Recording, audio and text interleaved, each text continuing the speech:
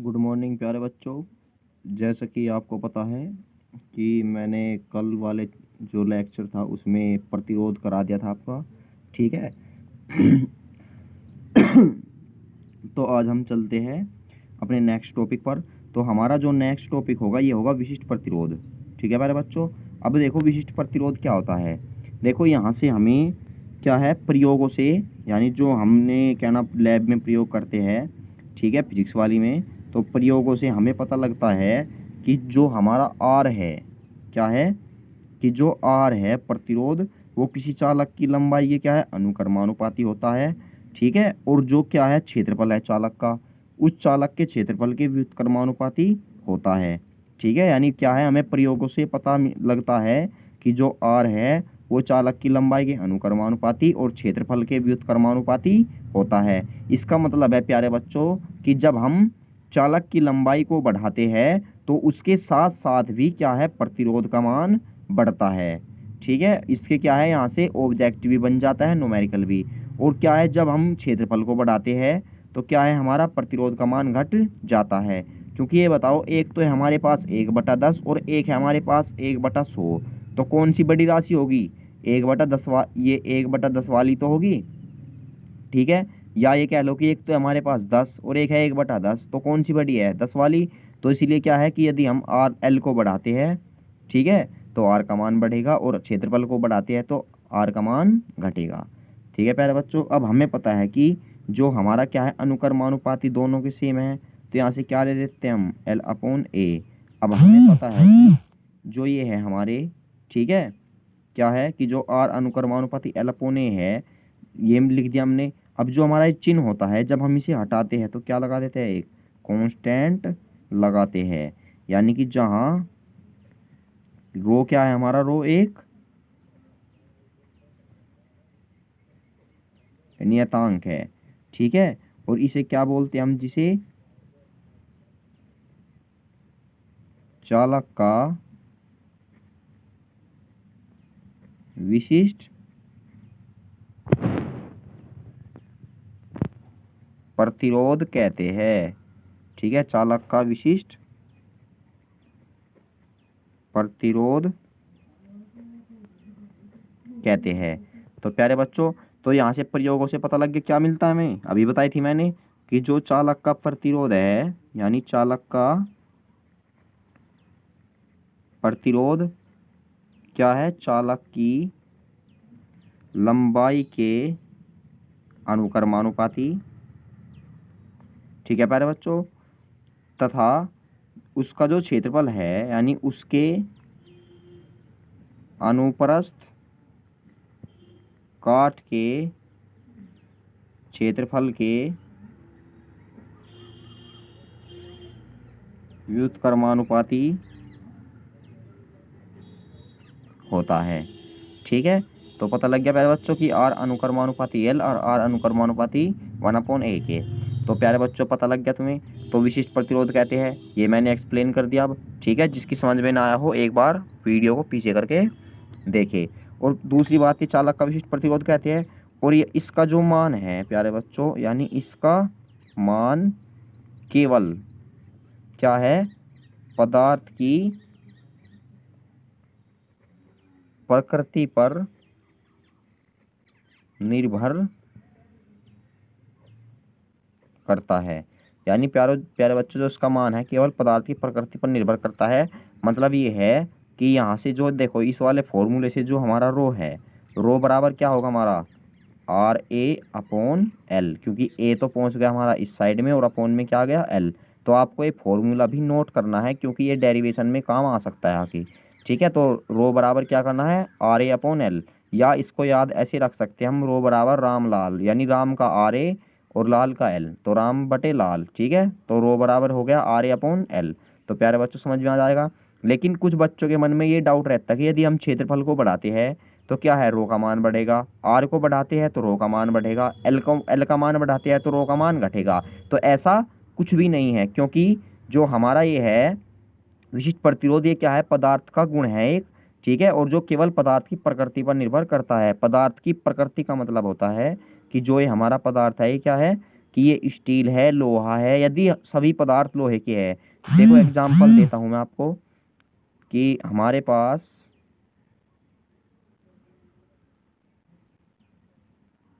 दो पदार्थ है, या दो क्या, एक ही पदार्थ है। एक की तो लंबाई है कितनी, एल, और एक की है मान ली L1, और इसकी मान ली हमने L2।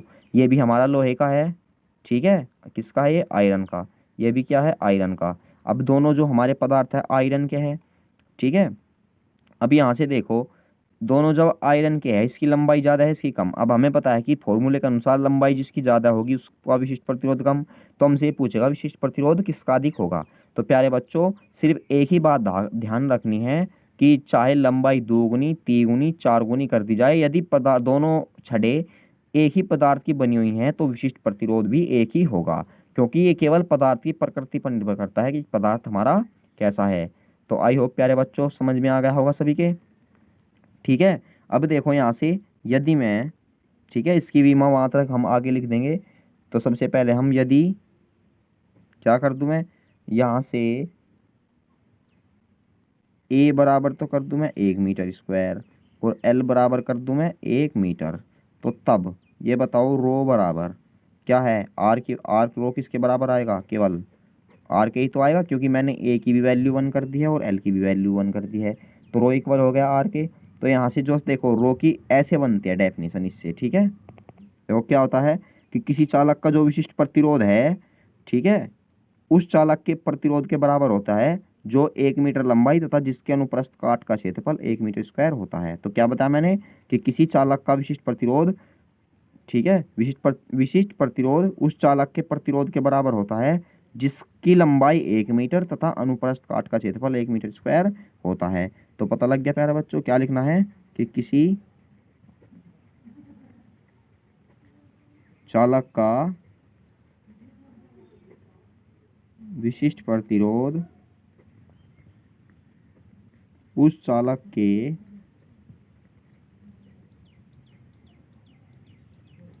प्रतिरोध के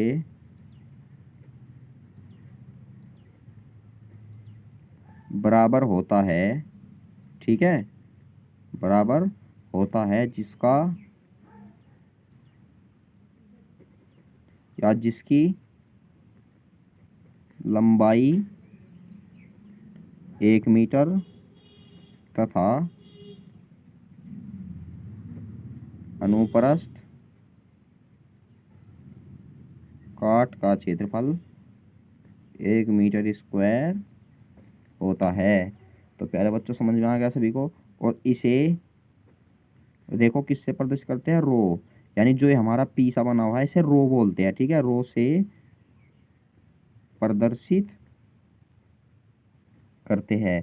तो प्यारे बच्चों यहाँ तक आपकी समझ में आ गया होगा, ठीक है। अब हम इसका क्या लिखते हैं, इसका वीमीय सूत्र लिखते हैं, यानी इसकी जो वीमा होती है, यानी जो हमारा विशिष्ट प्रतिरोध है रो की वीमा। तो प्यारे बच्चों सबसे पहले बताओ रो बराबर क्या था हमारा, RA/L, ठीक है। अब ये बताओ यहाँ से प्रतिरोध की जो वीमा आई थी हमारी, यही तो आई थी, क्या आई थी प्रतिरोध की बीमा, ml² T⁻³ A⁻², कल कराई थी मैंने, ये आई थी। और जो क्षेत्रफल है, क्षेत्रफल की बीमा क्या होती है, L², और अपॉन में लंबाई की बीमा L, एक L से एक L खत्म। तो यहाँ से जो इसकी बीमा आएगी क्या आएगी, L A क्या रही और 2A थी, तो ml की पावर 1, तो T⁻³ और A⁻², ये इसकी बीमा होती है। अब यहीं से हम इसका क्या है, मात्रक लिखते हैं, ठीक है प्यारे बच्चों। अब इसका जो मात्रक होता है, देखो ये बताओ मात्रक लिखना है हमें, प्रतिरोध का मात्रक क्या होता है, रो का हमें क्या लिखना है मात्रक, प्रतिरोध का मात्रक ओम, और क्षेत्रफल का मात्रक मीटर स्क्वायर, और लंबाई का मात्रक मीटर, मीटर से 1 मीटर खत्म। तो इसका जो हमें मात्रक मिलेगा क्या मिलेगा, वो ओम मीटर। तो प्यारे बच्चों इसके मात्रक में भी आपको कोई डाउट नहीं होगा, तो ठीक है। तो अब हम चलते हैं अपने नेक्स्ट टॉपिक पर, या सबसे पहले नेक्स्ट टॉपिक पर ना चलकर क्या है, पहले हम नोट पॉइंट से लिखाते हैं कुछ थोड़ा, ठीक है। प्यारे बच्चों नोट क्या लिखवाते हैं हम, यानी कि नोट में लिखवाते हैं हम जो हमारा वैद्युत प्रतिरोध है, ठीक है, वैद्युत प्रतिरोध की निर्भरता, यानी कि जो वैद्युत प्रतिरोध है ये किस किस पर निर्भर करता है। तो सबसे पहले देखो वैद्युत प्रतिरोध हमारा एक तो ताप पर निर्भर, वैसे ही लिख देता हूँ, नोट में लिख लेना, ताप पर निर्भर, क्योंकि ऑब्जेक्टिव बनता है यहाँ से, थ्योरी का कुछ नहीं बनता, निर्भर करता है। यानी कि ताप पर किस प्रकार निर्भर करेगा। देखो प्यारे बच्चों शॉर्ट में लिखना है, और शॉर्ट में लिखने का मतलब है कि आपको याद रखना है कि यदि हम ताप को बढ़ाते हैं तो प्रतिरोध का मान भी बढ़ता है। या आप इसे थ्योरी में भी लिख सकते हैं अपने आप, ठीक है। ताप को बढ़ाते हैं तो प्रतिरोध का मान बढ़ता है। तो दूसरा है हमारा क्या है, चालक की लंबाई पर, ठीक है। यानी चालक की लंबाई पर भी निर्भर करता है। तो यानी कि जब हम लंबाई को बढ़ाते हैं, ठीक है प्यारे बच्चों, यानी लंबाई को बढ़ाने पर हमारा क्या है, जो प्रतिरोध है उसका मान बढ़ता है। नंबर 3 है इसकी जो क्षेत्रफल है, यानी चालक का क्षेत्रफल। क्षेत्रफल का मतलब है कि जैसे ही हम क्षेत्रफल को बढ़ाते हैं तो प्रतिरोध हमारा कम होता है। तो प्यारे बच्चों आई होप आप समझ गए होंगे यहाँ तक, ठीक है। तो जैसा भी हमें और कुछ पॉइंट मिलेगा तो हम उसे साथ के साथ ही कर देंगे। तो अब हमारा जो नेक्स्ट टॉपिक है उस पर चलते हैं। तो प्यारे बच्चों जो हमारा नेक्स्ट टॉपिक है वो नेक्स्ट टॉपिक अब क्या है, ये है चालकता। चालकता, या इसको हम चालकता भी बोल देते हैं, यानी कंडक्टिविटी, वैद्युत चालकता, या इसके पहले हम वैद्युत चालकता भी लगा देते हैं। अब देखो वैद्युत चालकता क्या होती है, सिंपल सी बात है ये, जो हमारा वैद्युत प्रतिरोध होता है, ठीक है, यानी वैद्युत प्रतिरोध का व्युत्क्रम, ठीक है प्यारे बच्चों, यानी वैद्युत प्रतिरोध का व्युत्क्रम ही क्या कहलाता है, हमारा चालकता कहलाता है। यानी वैद्युत प्रतिरोध का व्युत्क्रम को वैद्युत चालकता कहते हैं, ठीक है। और इसे कैपिटल जी से प्रदर्शित करते हैं। तो प्यारे बच्चों पता लग गया तुम्हें चालकता किसे कहते हैं, यानी जो हमारा वैद्युत प्रतिरोध होता है उसका व्युत्क्रम, ठीक है, व्युत्क्रम का मतलब होता है उल्टा, उसे हम चालकता कहते हैं। तो अब हम चलते हैं इससे आगे, ठीक है प्यारे बच्चों, यानी कि जो हमारा जी होता है, जी बराबर 1/r, ये होता है इसका व्युत्क्रम। और जो इसका मात्रक होता है, ठीक है, यानी इसका मात्रक होता है हमारा ओम इनवर्स, क्योंकि ये बताओ प्रतिरोध का मात्रक क्या होता है, ओम होता है, और 1/ओम क्या हो जाएगा, ओम इनवर्स, या इसे हम अधम्य हो यानी महो होता है, यानी इसका मात्रक अन्य क्या होता है, महो, यानी इसे हम ये भी बोल देते हैं। तो आपको सिर्फ इतना लिखना है, और इसकी जो वीमा होगी आपको लिख लेनी है, इसकी जो वीमा होगी ये भी लिख देता हूँ मैं, ठीक है। इसकी वीमा, वीमा में आपको क्या करना है कि जो हमारी प्रतिरोध की वीमा थी उसका उल्टा करना है, यानी उसमें ml² t की -3 a की -2 थी, इसमें क्या हो जाएगी m की -1 l की -2 एक t की पावर 3 होगी a की पावर 2। तो ये करना है, ठीक है, यानी उसका क्या करना है, सिर्फ उल्टा करना है आपको, क्योंकि जब ये इसका उल्टा है तो अब इससे आगे जो हमारा टॉपिक होगा वो क्या होगा, विशिष्ट चालकता, ठीक है। जिस प्रकार हमारी चालकता होगी या चालकता, इसे भी हम विशिष्ट चालकता या चालकता कहते हैं। देखो जिस प्रकार हमारी चालकता वैद्युत प्रतिरोध होता है, वैद्युत प्रतिरोध का व्युत्क्रम होती है, उसी प्रकार विशिष्ट चालकता विशिष्ट प्रतिरोध का व्युत्क्रम। तो क्या कहेंगे हम कि विशिष्ट प्रतिरोध का व्युत्क्रम, ठीक है प्यारे बच्चों, क्या कहलाता है विशिष्ट प्रतिरोध का व्युत्क्रम, विशिष्ट चालकता कहलाती है, ठीक है। और इसे सिग्मा से प्रदर्शित करते हैं, यानी कि सिग्मा बराबर क्या हो जाएगा, 1/रो, क्योंकि रो से हम किसे प्रदर्शित करते थे, विशिष्ट प्रतिरोध को, ठीक है। और इसका जो मात्रक होगा, इसका मात्रक क्या होता था, ओम मीटर होता था, और इस पे क्या लग जाएगा, इनवर्स, और इसकी क्या लिख दो, वीमा, वीमा क्या हो जाएगी, वीमा इसकी हो जाएगी m की पावर -1 l की पावर -3 t की पावर 3 ठीक है, और a की पावर 2 ये हो जाएगी इसकी विमा, यानी जो हमारा विशिष्ट प्रतिरोध था उसका व्युत्क्रम कर दो। ठीक है प्यारे बच्चों, अब इसके बाद में चलते हैं हम अपने नए टॉपिक पर। तो प्यारे बच्चों, अब जो हमारा टॉपिक होगा, ये टॉपिक हमारा इम्पोर्टेंट है। ठीक है, ये क्या है, ये है हमारा अनुगमन वेग तथा वैद्युत धारा में संबंध। तो प्यारे बच्चों, इनमें संबंध होगा अब। ठीक है, और ये क्या है, हमारा इम्पोर्टेंट टॉपिक है। देखो, इसमें आपको एक डायग्राम बनाना पड़ेगा। सबसे पहले डायग्राम कैसा होगा ये, यानी कि एक चालक बनाना है गोल। ठीक है, चालक बन गया इस टाइप का। ये हमने मान लिया हमारे पास क्या है, ये चालक है। ठीक है, अब ये हो गई हमारी, इसे हमने किसी बैटरी से जोड़ दिया है, जोड़ दिया। ठीक है, अब हमारा जो क्या है, ये है हमारा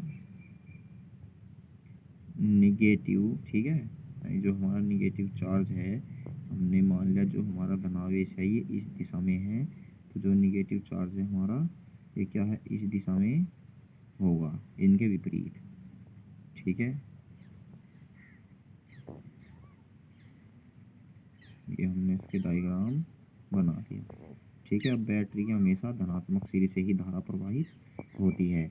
इसकी लंबाई हमने मान ली कितनी है, L, और इसके अनुप्रस्थ काट का क्षेत्रफल हमने मान लिया A। तो प्यारे बच्चों, इसमें क्या लिखेंगे हम सबसे पहले, ये हमने बैटरी मान ली E, तो इसमें लिखेंगे हम सबसे पहले कि माना कि कोई चालक, ठीक है, कोई चालक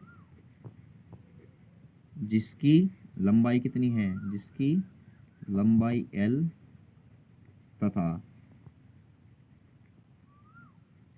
अनुप्रस्थ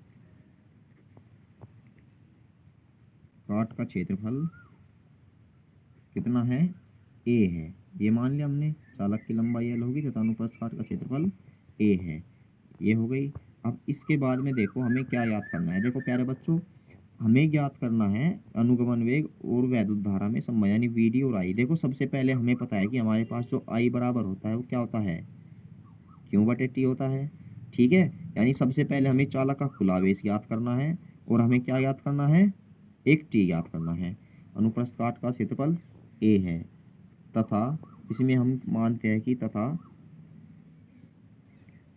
चालक में प्रवाहित धारा कितनी है, हमने कितनी मान ली, I है। तो प्यारे बच्चों, सबसे पहले देखो, जब भी चालक में प्रवाहित धारा I है, तो हमें पता है कि I बराबर क्या होता है, Q/T। हमने मान ली समीकरण 1। तो प्यारे बच्चों, तो समझ में आ गया होगा कि धारा का फॉर्मूला जो होता है हमारा I बराबर Q/T होता है। अब देखो, हमने मान लिया कि जो हमारा चालक है, क्योंकि जब इसमें धारा प्रवाहित होगी तो आवेश होगा, और जब आवेश होगा तो इसमें क्या है, इलेक्ट्रॉन भी होंगे, होंगे ना। तो हमने मान लिया कि जब इलेक्ट्रॉन होंगे, कि माना इसके एकांक आयतन में इलेक्ट्रॉनों की संख्या कितनी मान ली हमने, n है। तब ये बताओ, जब एकांक आयतन में इलेक्ट्रॉनों की संख्या तो n है, तब ये बताओ इसका जो आयतन होगा कितना होगा, क्योंकि क्षेत्रफल तो A दे रखा और इसकी लंबाई है हमारे पास L। ठीक है, तब इसका आयतन कितना होगा, A गुना L। यही तो होगा, क्योंकि इसका जो हमारा मात्रक होता है मीटर स्क्वायर क्षेत्रफल का, और लंबाई का मात्रक होता है मीटर। मीटर स्क्वायर और मीटर मिलकर क्या बनेगा हमारा, मीटर की क्यूब। तो इसका मतलब ये क्या हो गया, इसका आयतन हो गया। तब इसके आयतन में उपस्थित क्या याद करेंगे हम, कुल इलेक्ट्रॉन। देखो, हमें सबसे पहले कुल आवेश निकालना है, और जब आवेश निकालना होगा तो हमें उसके इलेक्ट्रॉनों की संख्या भी अवश्य चाहिए। तो कुल इलेक्ट्रॉन कितने हो जाएंगे हमारे पास, n गुणा, अब ये बताओ एकांक आयतन में तो है n, ये बताओ 2 मीटर की क्यूब में तो इलेक्ट्रॉन है हमारे 10, तो 4 मीटर की क्यूब में कितने इलेक्ट्रॉन हो जाएंगे हमारे, या ये कह लो कि 1 मीटर की क्यूब में तो हमारे है 10, तो 3 मीटर की क्यूब में कितने हो जाएंगे, तो 3 की मल्टीप्लाई हम किस में कर देंगे, 10 में। इसी प्रकार एकांक आयतन में तो है हमारे इलेक्ट्रॉनों की संख्या n, तो ए गुना एल आयतन में इलेक्ट्रॉनों की संख्या कितनी होगी हमारी, एन गुना ए एल। तो कह रहे बच्चों इतनी बात समझ में आ गई सभी के। तो इसके बाद तब जब हमारे पास कुल इलेक्ट्रॉनों की संख्या आ गई, तब चालक पर क्या निकाल देंगे हम, चालक पर कुल आवेश। तो चालक का हमारे पास कुल आवेश कितना हो जाए, क्यों। अब हमें पता है कि क्यों बराबर क्या होता है, एन ई। हमारे पास कुल इलेक्ट्रॉन कितने हैं चालक पर उपस्थित, यही तो है एन ए एल। और लेकिन ई क्या लगा देते हैं हम इसके इनटू में, क्योंकि फॉर्मूला होता है हमारा चूंकि क्यू बराबर एन ई। हमारे पास कुल इलेक्ट्रॉनों की संख्या तो ये है, और आवेश कितना हमारे पास ई। तो प्यारे बच्चों इतनी बात समझ में आ गई। तो इसके बाद ये बताओ हमारे पास क्यू की वैल्यू मिल गई, अब हमें ज्ञात करनी है टी की। अब ये बताओ जब हम इसमें वैद्युत धारा प्रवाहित करते हैं तो जो इलेक्ट्रॉन है क्या है, वे एक नियत वेग से चलेंगे अनुगमन वेग के अनुसार। ठीक है, तो हमने क्या मान लिया कि माना चालक में धारा प्रवाहित करने पर, ठीक है प्यारे बच्चों, प्रवाहित करने पर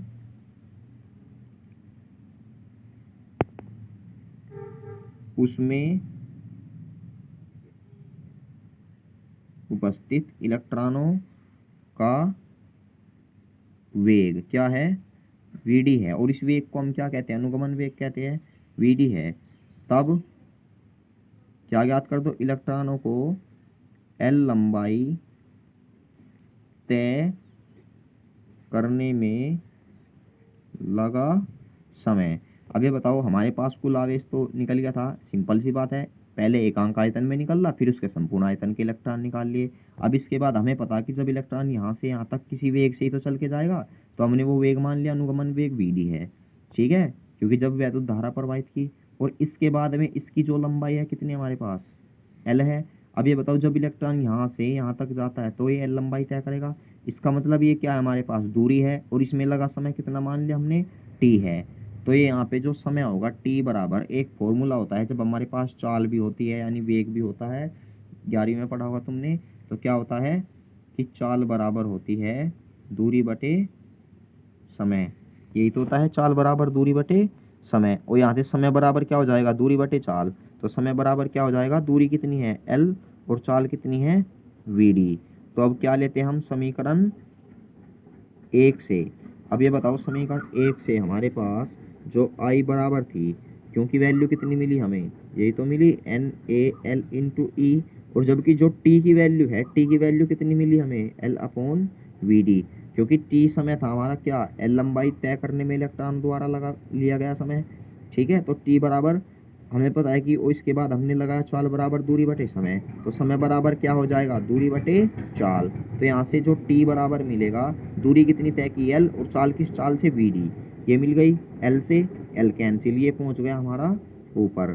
तो आई बराबर हमें क्या मिलेगा, N A V D E. तो यही क्या है हमारे प्यारे बच्चों, हमारे पास ये संबंध प्राप्त होता है, और इसके हमारे न्यूमेरिकल भी आ जाते हैं कभी कभी बोर्ड एग्जाम में। ठीक है, लेकिन ये डेरिवेशन तो रिपीटेड, बहुत ही कहना रिपीटेड है क्वेश्चन। इसके साथ एक हो रहेगा अभी इससे आगे जो अनुगमन वेग पर ही आधारित है। ठीक है, तो आई बराबर हो गया हमारा ये। तो यही क्या लिख देंगे हम कि यही वैद्युत धारा व वी डी में संबंध है। तो प्यारे बच्चों यहाँ तक किसी को कोई डाउट नहीं होना चाहिए। अब इसके बाद में देखो, जिसकी समझ में ना हो एक बार वीडियो को दोबारा देखे यहाँ से, क्योंकि ये इंपॉर्टेंट डेरिवेशन है और इसको आपको तैयार करना है साथ के साथ ही। ठीक है, इसके बाद में हमारा जो आता है, क्या आता है, धारा घनत्व। ये इतना इम्पोर्टेंट नहीं है, वो करवाएंगे हम, ओम के नियम से रिलेटेड होगा जो करवाएंगे हम, धारा घनत्व तथा अनुगमन वेग में संबंध। तो प्यारे बच्चों धारा घनत्व और अनुगमन वेग में संबंध स्थापित करना है। तो प्यारे बच्चों जैसे कि आपको पता है कि हम जानते हैं कि जे बराबर क्या होता है, आई अपॉन ए। मैंने डेफिनेशन भी तो बताई थी इसकी जे की, क्या होती है, देखो ये यहाँ पे कर देता हूँ प्यारे बच्चों, स्पेस बचा हुआ है। तो जे बराबर क्या होता है, आई अपॉन ए, यानी एकांक क्षेत्रफल में जितनी विद्युत धारा उपस्थित होती है वही क्या कहलाता है, हमारा धारा घनत्व कहलाता है। तो यहाँ से जो जे बराबर होगा हमारा, आई की वैल्यू कितनी आई थी अभी हमारे पास, आई की वैल्यू यही तो आई थी N A V D E, देखो इसको याद रखने के लिए मैं आपको वो बता देता हूँ, NaV, को साइलेंट कर दो, ई नावे याद रखो इसको कि आई बराबर नावे, क्योंकि इस चैप्टर में जो फॉर्मूले हैं ऐसे वैसे ही है कि याद नहीं हो पाते ज़्यादातर। तो आई बराबर क्या होगा, नावे, ठीक है, NaVDE, और रो बराबर क्या बताया था मैंने, रामलाल, RA/L, ठीक है। तो आपको ये याद रखने हैं। तो जे बराबर NaVDE हो गया। तो यहाँ से बताओ अपोन में कितना है इसके, ए से हमने ए कैंसिल कर दिया, तो जे बराबर कितना बचेगा हमारा, NVDE। तो ये क्या है हमारा, यही हमारा अनुगमन वेग और धारा घनत्व में संबंध है। तो यही क्या कह देंगे हम, जे व VD में संबंध है। तो प्यारे बच्चों, आई होप यहाँ तक किसी को कोई डाउट नहीं होगा, ठीक है। तो अब हम मिलते हैं अपनी नेक्स्ट वीडियो में। तो आपको क्या है, जितने भी डेरिवेशन कराए जाए आपको क्या है उनको तैयार करना है, बस मेरी एक ही आपसे सलाह है और कुछ नहीं।